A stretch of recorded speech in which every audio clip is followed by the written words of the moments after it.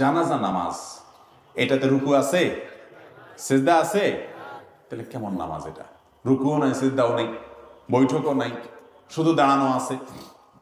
তো এই প্রশ্ন উত্তর হলো, মূলত জানাজা নামাজ এটা কোনো আসল পূর্ণাঙ্গ কোনো নামাজ না। এটা মূলত এটা দোয়ার আয়োজন। এটা কিসের আয়োজন? দোয়ার আয়োজন। সেজন্য সেখানে রুকু সিজদা নেই, বৈঠক নাই, এটা গতানুগতিক নামাজ না।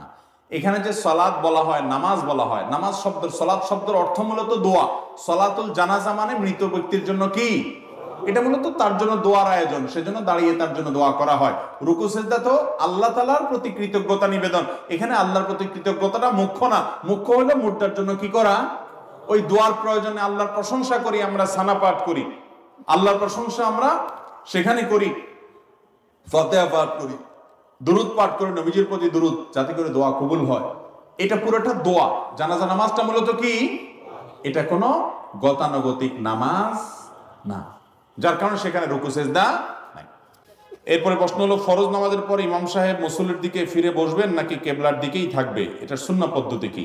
দেখুন, বুখারীর একটা বর্ণনা সমর ইবনে জুনদুব রাদিয়াল্লাহু আনহু থেকে বর্ণিত হয়েছে। তিনি বলেছেন যে নবী করিম সাল্লাল্লাহু আলাইহি ওয়াসাল্লাম যে কোনো নামাজ যখন পড়তেন, ইদা সাল্লা সালাতান, নবী সাল্লাল্লাহু আলাইহি ওয়াসাল্লাম যখনই কোনো নামাজ পড়তেন, আকবালা আলাইনা বিওয়াজহিহি, তখন আমাদের দিকে তিনি ফিরে বসতেন প্রত্যেক নামাজের পর।